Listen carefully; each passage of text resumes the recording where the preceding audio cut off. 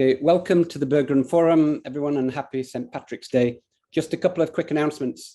This evening, the Alfred Literary Festival will take place on Zoom. Two writers will be reading from their work, the poet and memoirist Tiffany Midge, and the fiction writer Katie Schultz. The event will be on Zoom. The link is in the chat, or I'll put it in the chat later.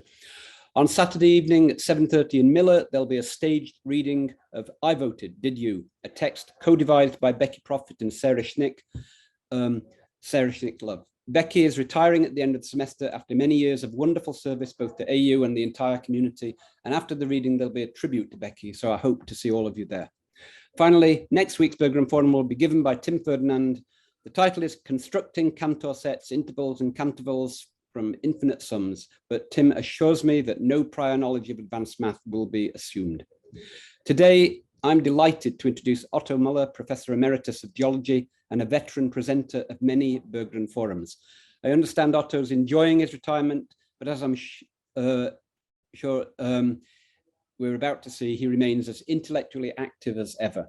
I want to especially thank Otto for agreeing to present today. The person who had been scheduled to present suddenly pulled out a few weeks ago without giving any specific reason. But as soon as Otto heard that there was a Berggren Forum presenter in distress, organizer, I should say, in distress, he rode up to help like the knight in shining armor that he is and offered to step into the breach. Now, his talk is titled Some Interesting Points About the Size, Shape and Rotation of the Earth. So thank you, Otto. Okay. So happy St. Patrick's Day. My grandfather was born in Ireland, so it's a special day for me. This is the name of my talk, and I like to put my PowerPoints up there in case you want to steal any of the slides. The PowerPoint actually has a couple dozen extra slides that I couldn't fit into an hour, and it's actually only 35 minutes. So we're going to talk fast. All right. Let's just see if I can get this. Yes. All right. So these are the topics that was in the announcement. I'm not going to bother to read through it. We'll just move on. Yes. When did we first learn the Earth was round? Well, forever. Okay, 500 BC, Plato argued the Earth was round. That was from philosophical points. Hi, Emeritus. Okay, by about 240 BCE, Eratosthenes measured it by looking at shadows cast or not cast in Egypt. His data was actually quite accurate, but it depends a little bit on what you consider to be a stadia, which was his unit of measure for length, and we're not sure what that was, but most people think he did a pretty good job. By 1492, everybody had forgotten all that good work, but Toscanelli, who was a well-accomplished geographer, actually had this map, okay? Not the blue part, but the red part here of this map was a map that he actually gave to Columbus. And this is Japango, which was what they called Japan. And the idea was that you could go around the Earth, leave from Europe and get to Japan. The only problem was that the size of the Atlantic Ocean was off by a considerable amount. Okay, so we have to include all of the Pacific plus all of North America to get it in. So everyone knew it was round. Columbus was able to sail and find a new world, blah, blah, blah.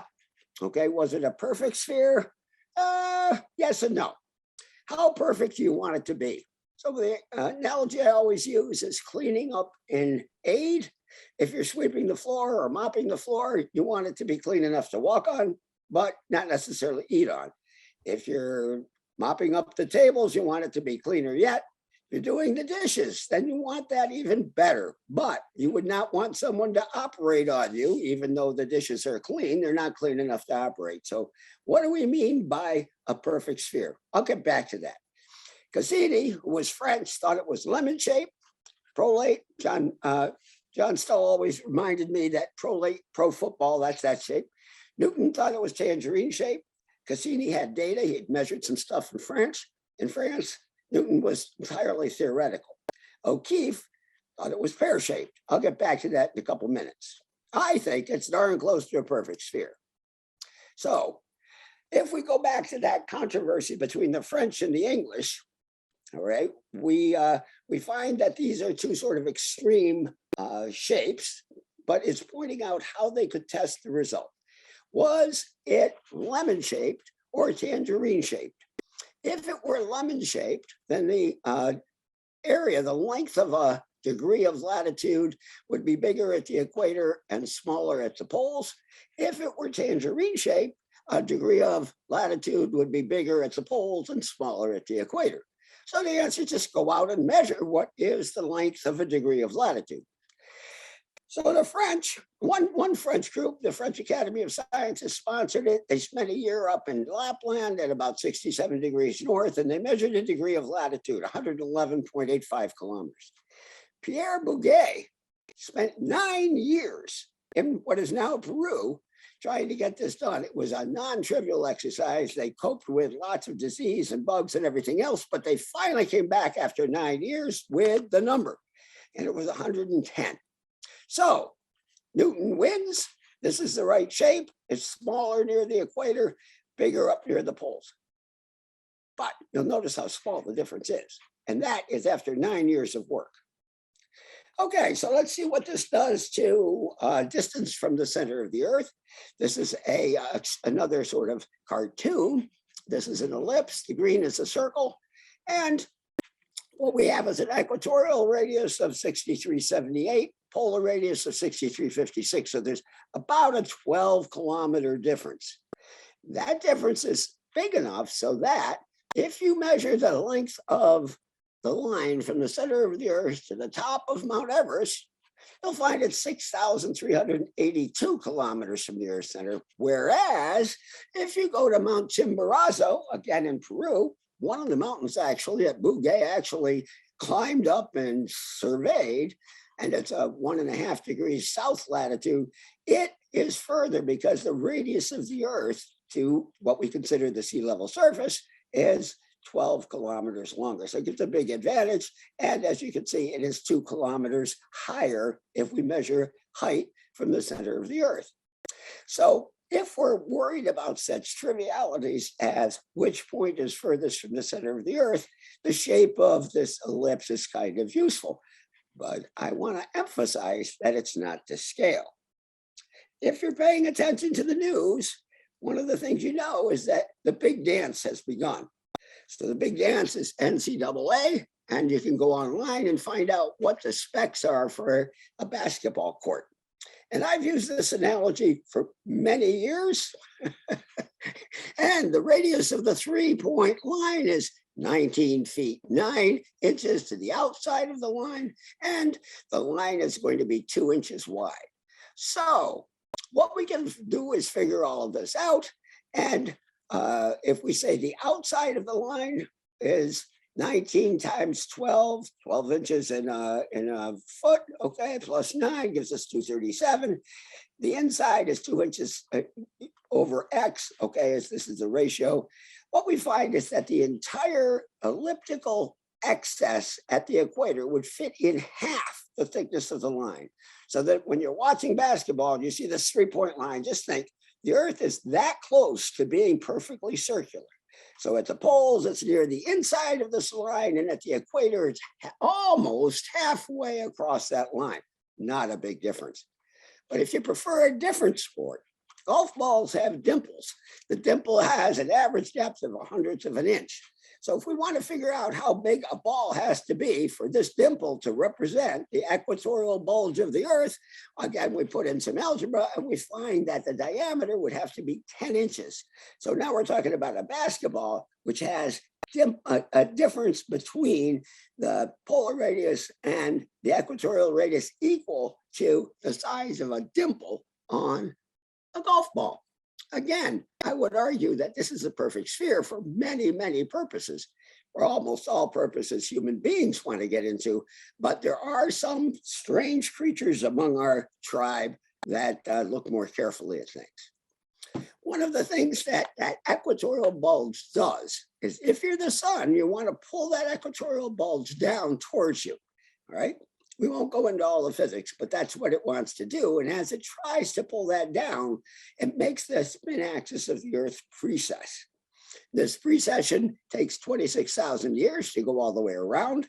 Hipparchus talked about this 200 BCE, again, that same period of time we talked about before. If we look at where the rotation pole of the Earth is now, it's very close to Polaris, our North Star. Used to be one of the slogans for Alfred University. Anyway, if we go back to Egyptian time, when they put in the pyramids, it was not a very good star to look at. At that time, it was plus or minus well, if we go back, the one I worked out was Vikings. Okay, go back 1,000 years. The Vikings didn't have a North Star. It varied by 10 degrees from one side to the other. On the other hand, when you think about it, the Vikings are so far north, their nights were pretty short in the summer. They were out looking, navigating by the North Star. They were using other techniques. So anyway, it's just sort of interesting thing to pass by. Okay, so this is a gentleman. This is John OKeefe.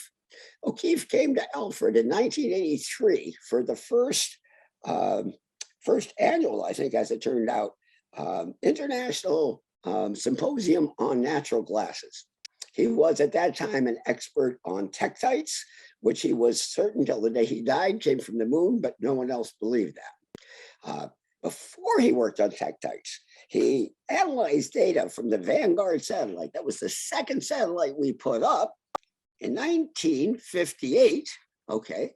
And looking at that data, he was able to obtain numbers for the third zonal harmonic. Oh, whoopee-doo. What's this third zonal harmonic? Well, because of the precession of the equinox, we had a good handle on those harmonics, the shape of the Earth that was symmetrical north-south of the equator.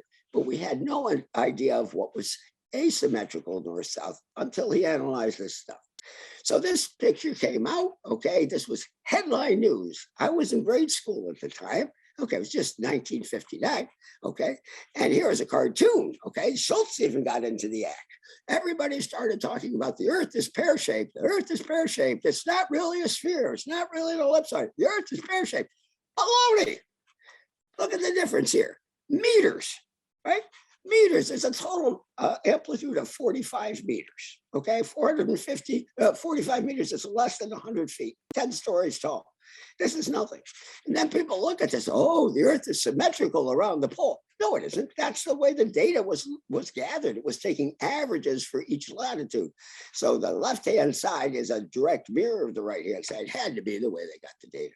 In any event, at the time, this was earth-shattering news. The Earth was not spherically symmetrical. It had this asymmetry on it that we could now measure. If you are into measuring the shape of the Earth, that is going to set you up as, whoa, baby, this is big news. Nobody else should care.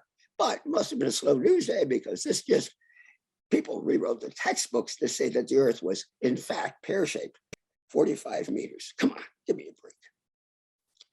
So now, what's happened since 1959, we now have satellites that zoom around all the time and can measure things very, very carefully. And the end result, the current thinking of the shape of the Earth is represented by this thing called the Potsdam gravity potato. It has 160 meters of relief, over 3 times as much relief as that average had.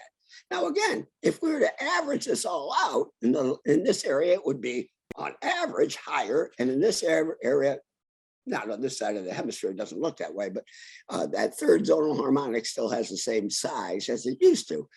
But this is what the geoid does, and what we see now is have interesting stuff. Okay, that's a low right there in the middle of the Indian Ocean, and we are now tying together things like this with plate tectonics, continental drift, plate tectonics, all that stuff that in O'Keefe's day in 1958, 59, very, very few people had ever even heard of, much less believed in. Okay, moving on. After a big earthquake, the Earth rings like a bell. What does that mean and how do we know it? Okay, so let's watch this movie.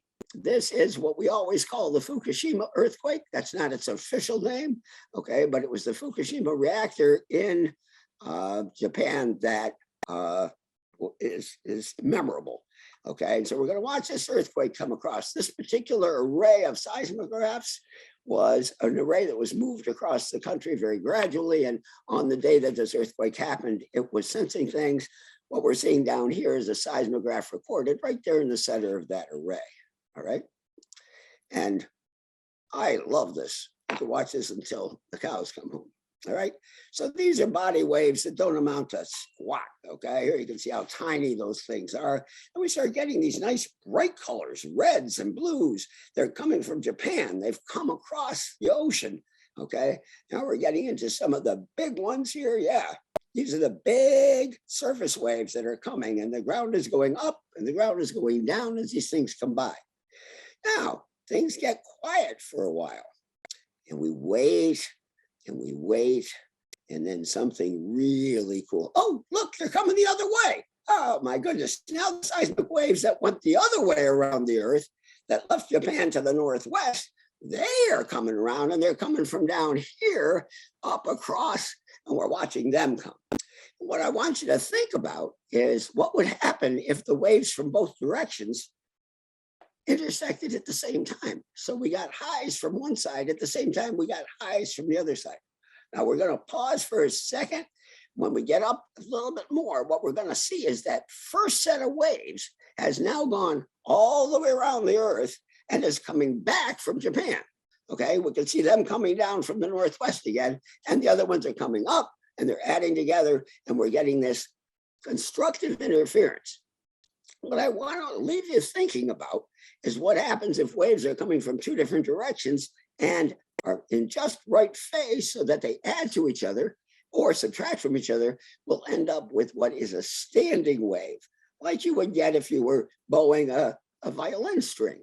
Okay, that violin string then vibrates up and down over its whole length, okay, and gives us what we call the free oscillations of the Earth. So the waves we're talking about are surface waves, some that go up and down, okay, they actually are a lot like ocean waves, but they work in the other direction. Others go back and forth, and they each have their own velocities.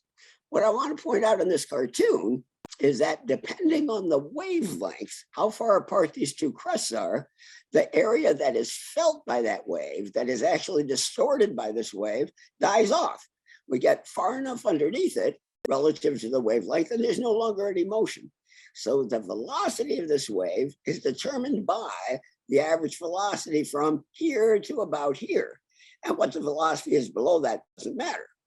Similarly, if the wavelength, so if this wavelength is 10 kilometers, this might be 5 kilometers. If this wavelength is 1,000 kilometers, then we might be looking down 500 kilometers. So the different wavelengths are going to sample different velocities, and we're going to end up with this kind of spectrum. So this is called terrestrial spectroscopy. It's very, very analogous to what the chemists already worked out. So, you know, the geophysicists could just go look and see what chemists had already figured out about the hydrogen nucleus and all of its spectra. We get splitting because of the rotation. Here again, splitting, all of that is done. And we have these different modes. Okay, so here is the simplest mode. The Earth gets bigger and smaller because the waves that are going around are one entire wavelength, one entire circumference. And then we have the football mode, where it goes from being prolate to oblate to prolate to oblate. I always think of that as a cartoon when you hit someone in the head and their head goes, wah, wah, wah, okay?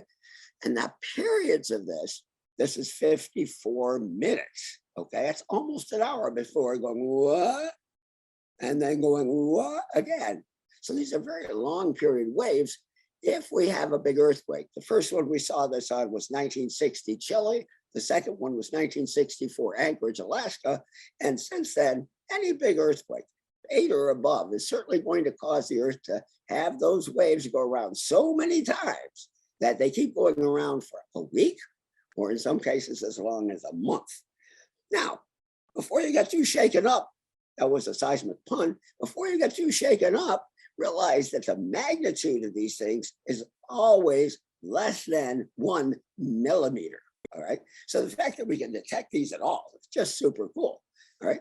So we're getting these, we can figure it all out. And then from this, all of these have different wavelengths and different periods. We can figure out the velocity structure of the upper mantle, okay, which is where we get almost all of that data these days. We didn't used to get that at all.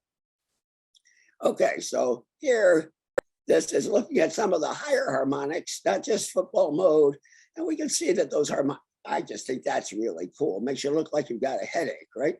And it's just some visualizations, again, very, very exaggerated, but we've got all of these different harmonics and all the different spherical orders, okay?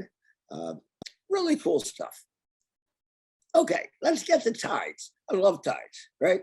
Most coasts have 2 high tides a day, but we only have 1 moon, all right? Start by throwing a hammer. If we throw a hammer, what we find is that the handle makes a bigger rotation than the head does. And that's because most of the mass is near the head. And so we have a center of mass that we rotate about. If we go through the numbers, I put these on here in case anyone's interested, but I doubt it.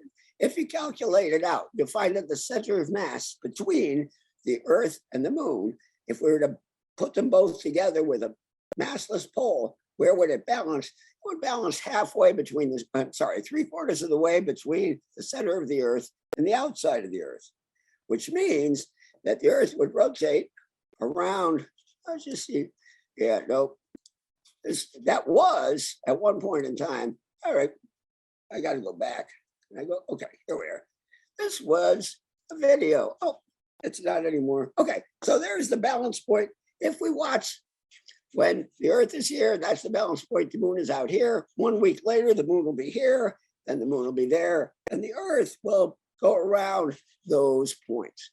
The black dots represent one spot on this face. This would be the left side of the right eyeball here, and then the left side of the right eyeball here, and it goes around that circle.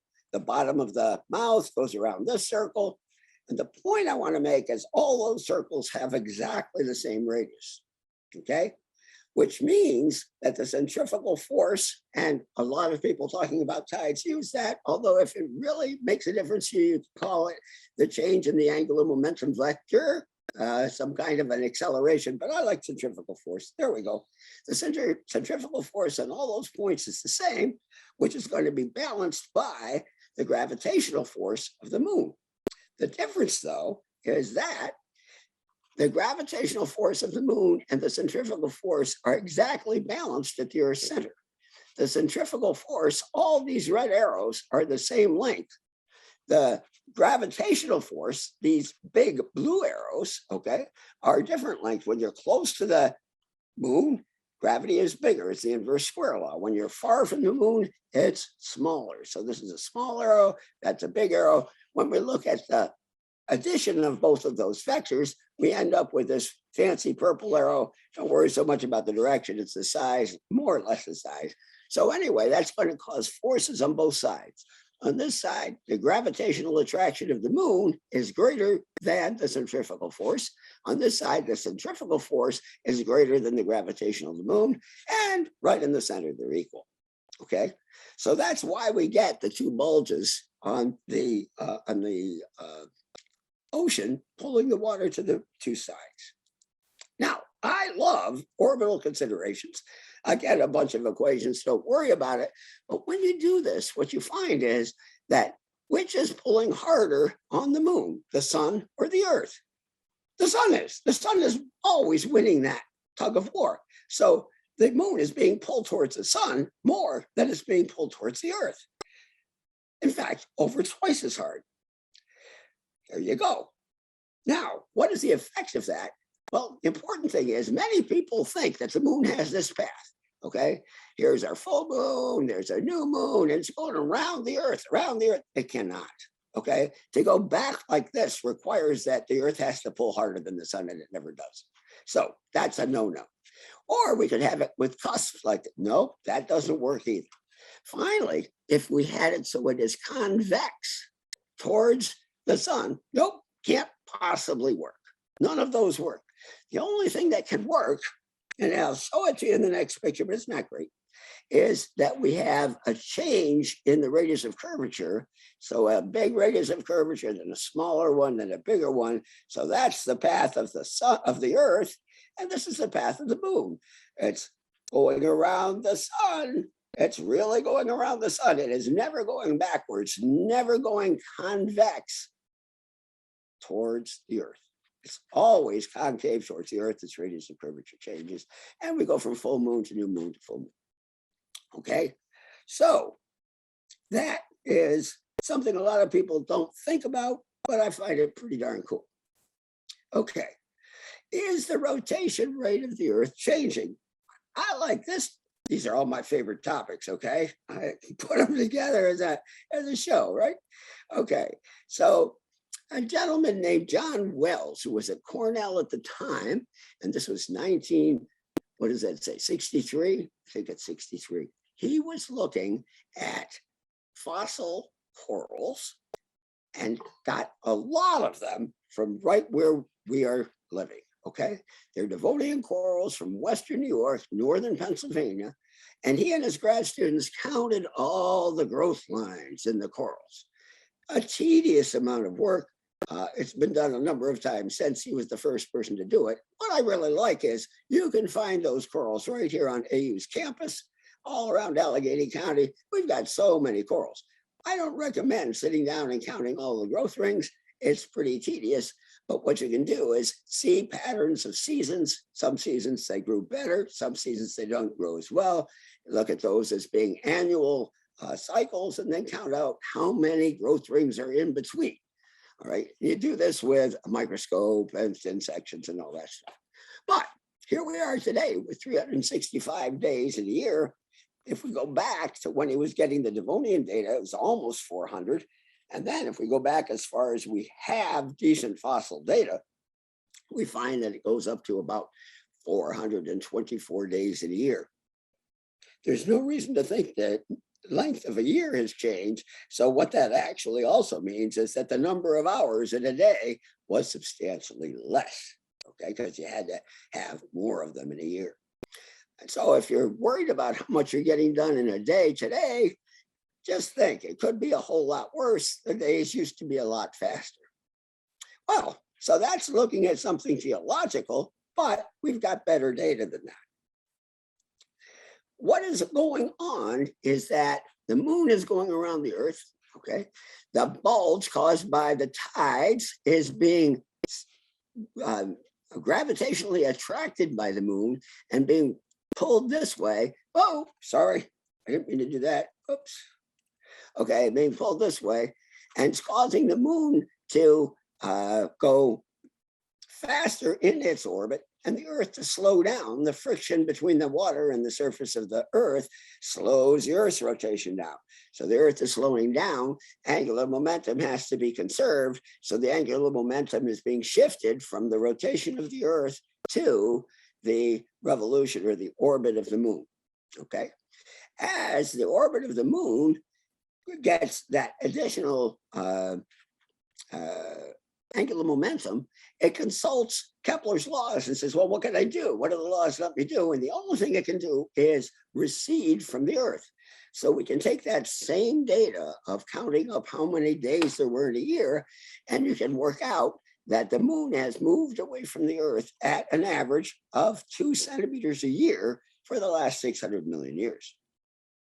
All right, in 1969, we put lunar laser retroreflectors on the moon.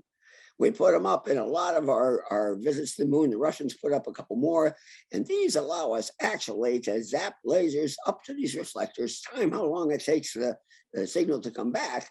And we know that since 1969, the rate has been almost twice that, 3.83 centimeters a year. Okay, so if you live 10 years, at 38 centimeters, if you live 30 years, I've been at Alfred for more than 30 years, that's 10, what is that? That's 10 meters, right? Okay, 38 centimeters, yeah, 30, it's a meter, I'm sorry, 38 centimeters times 3. So what is the cause of this difference? Most of the friction is going to happen in shallow water. If you have a real deep ocean, there's not much connection between the tidal bulge that is being pulled by the moon and the bottom. But if you have continental shelves and lots of shallow water, that will make a big difference. So what we assume is that the areas of shallow seas is not today what it has been on average. Okay, so one of the other things we can look at are total eclipses. And I just think that this is a fantastic piece of work. So they know, this is a map of the Earth, okay? There's Africa, Europe, whatever.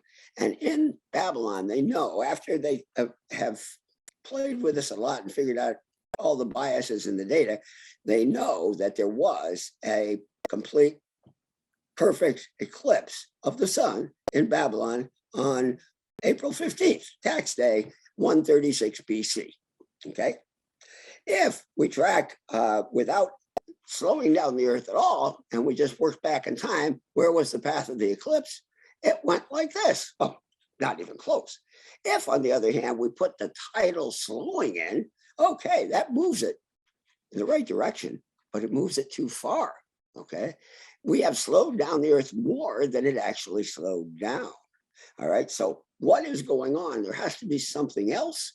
And what most scientists will agree on, okay, to the extent that scientists agree on anything, is that this is probably the result of that elliptical bulge getting smaller. Therefore, the moment of inertia of the Earth is decreasing. Why would the elliptical bulge be getting smaller? Because we used to have the ice ages, and the ice ages put a lot of weight on the poles, and that squished out the Earth. As the poles melted and all that ice disappeared, okay, we have glacial rebound. All of the waterfalls in Letchworth Park and in Rochester are the result of glacial rebound in New York State. So that glacial rebound then has moved the Earth's surface near the poles away from the center of the Earth, and therefore near the equator towards the center of the Earth, changing the moment of inertia of the Earth, causing it then to speed up just a bit.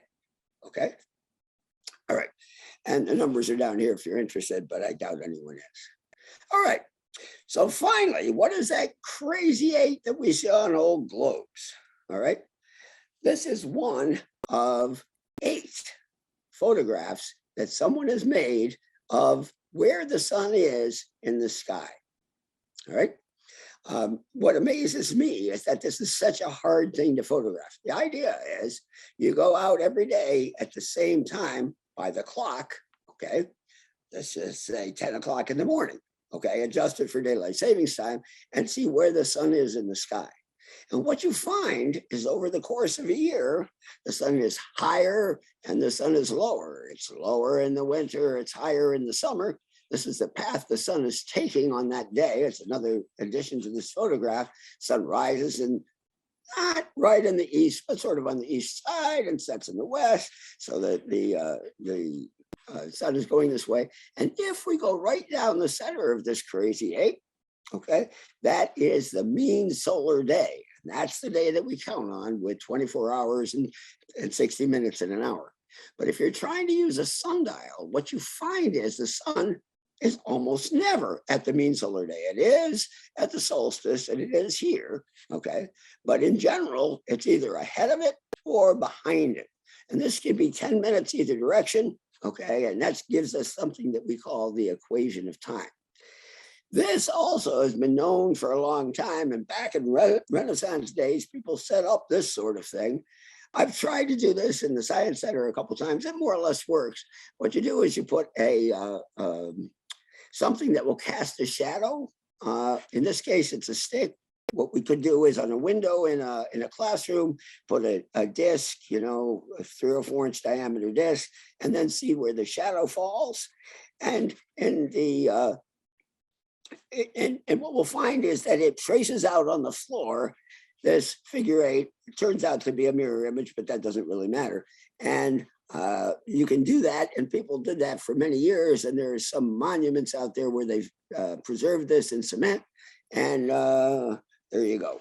All right. So that would be where that figure 8 comes. It's the equation of time. If you make your shadow casting gnomon on your sundial in this shape, then it will actually cast a shadow that will be accurate to clock time. Anyway, so I think I've answered all of the questions that I was going to get to. And again, if you want to see any of these slides or a few more, you can access it here. And I think I got done in time, Emeritus. I know I talked too fast, but there you go. Thank you, Otto. That's great. And so we can open it up for questions. We have a little time. Otto, I actually have a question. Sure. I'll start off with. Can you go back to talking about the waves that go through the Earth after an earthquake? Yes. I guess what I'm not clear about there is, can you describe what is happening in the Earth? Like, let's say you've got, a big, you've got a big mountain, and this wave is going through the mountain. When you say it's, that means that the bits of matter in the mountain are somehow jiggling, right? Yes. And yet the wave keeps going all the way around the Earth. It doesn't get stopped by just the solidity of the mass that it's going through. Right. Okay, let me just get to this one. All right, so there's actually 4 kinds of waves that we deal with in seismology. 2 of them are called body waves that don't connect to the surface at all and go through deep parts of the Earth. And those are what we use to locate earthquakes and the like. All right. The free oscillations are from the surface waves. And these are where the Earth is going up and down by, as I said, less than a millimeter. Okay. Now these do get attenuated. So after a month, they're not detectable anymore. All right. And they don't happen with small earthquakes. So you have to get up to a magnitude 8 or so to have free oscillations make the Earth ring like a bell. All right. And these surface waves are the ones that produce most of the damage in an earthquake, although the body waves are the ones that used to be responsible for most of our data. Did I answer your question? Yeah.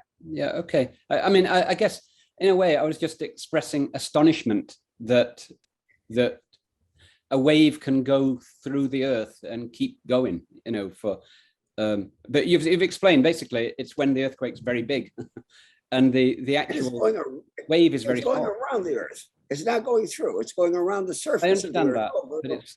that, but it's still the actual jiggle is very small. Yes. Yes, but the energy is not. All right. So we're actually talking about movement of energy is just like an ocean wave, right? Ocean wave, the water goes up and down, the energy moves, the water doesn't go horizontally at all. Right. There's a question from Garrett. Otto, can you see the chat? Can I see the chat? Let me just see. Magnetic declination and why it is changing. I could, yes. Okay, so what we can do is we can trace back to Queen Elizabeth I, where people started looking at the direction of the magnetic field of the Earth, and we can go back at least that far and see how much it has changed.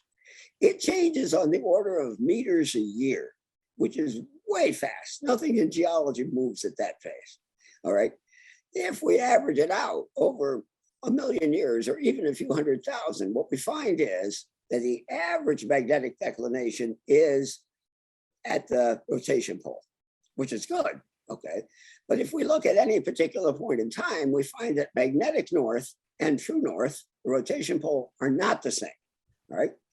So anthropologists actually did a lot of calculations. They developed the equations that allow a lot of this work to be done, trying to use that change in the magnetic declination to date charcoal stoves that had heated rocks hot enough so that their magnetic remnant magnetism was changed. And since then, we've got this picture now that the Earth's magnetic field is produced by a whole slew of dipoles, not just one. And these things are constantly in motion, and it's in the liquid part of the core. Most of the core is liquid. The deep inside is solid, but in that liquid part of the core, things are moving around a lot, producing the magnetic field, and it changes. Does that help?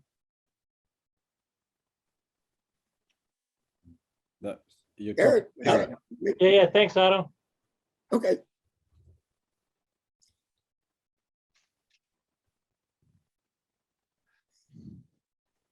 Gary, you have a question?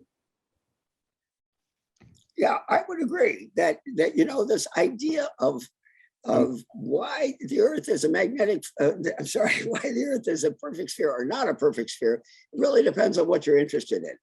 if you're interested in its interaction with other bodies, so for instance, the Earth's spin and precession, the fact that it is not a perfect sphere is absolutely important.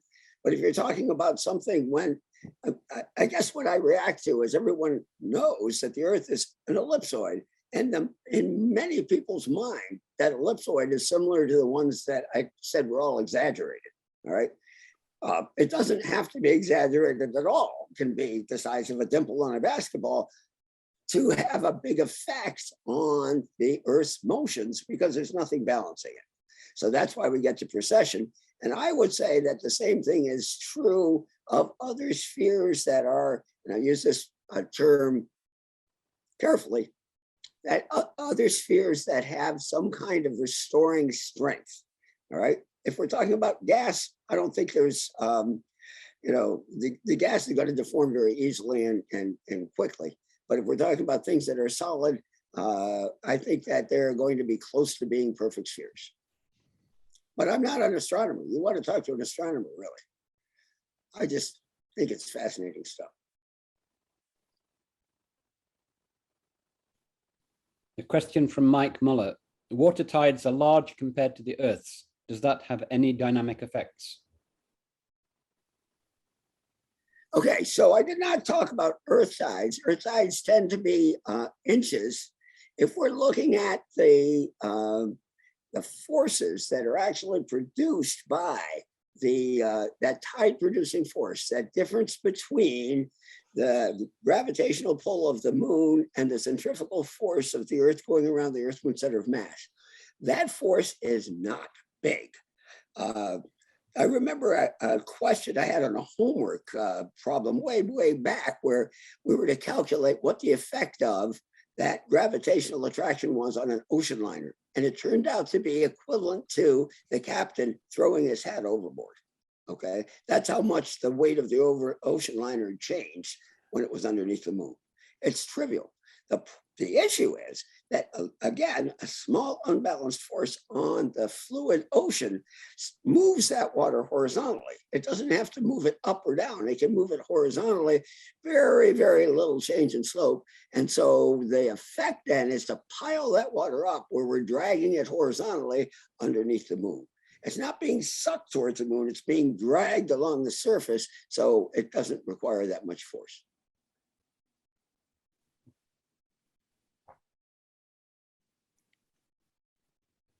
Are we good? Any more questions from anyone?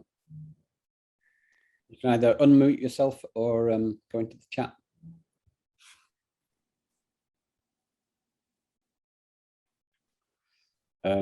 If not, then now it's happening now, Otto, is you're getting compliments and thanks. So we're in the compliments and thanks stage. So I'll join in and thank Otto for a really interesting, informative talk. Thank him again for stepping into the breach at the last minute. And that's wonderful. So see you all next week. Thank you, Otto. Okay, you're welcome. Bye-bye.